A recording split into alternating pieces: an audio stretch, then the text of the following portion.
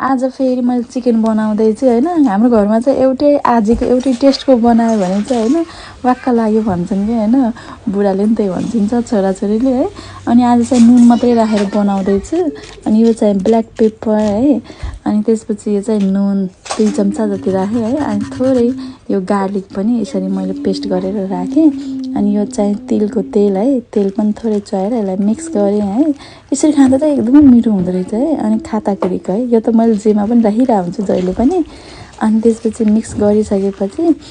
यो हरियो नेगी है हरियो नेगी पनि थोरै काट्ने क्या अनि हरियो नेगी काटिसकेपछि तेल तताएर फ्राई प्यानमा फ्राई गरेँ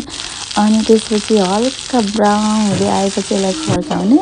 अनि 5 मिनेट छोपेर पकाउने अनि त्यसपछि लेमन र अघि काटेको हरियो नेगी राखेपछि एकछिन फ्राई गरेपछि यो रेडी भयो है अनि यो चाहिँ भातसँग खाँदा एकदमै मिठो हुन्छ के पोलेको जस्तै है यस्तो मिठो हुने है बच्चाहरूले पनि भुजा गम खाइदिने के थ्यांक यू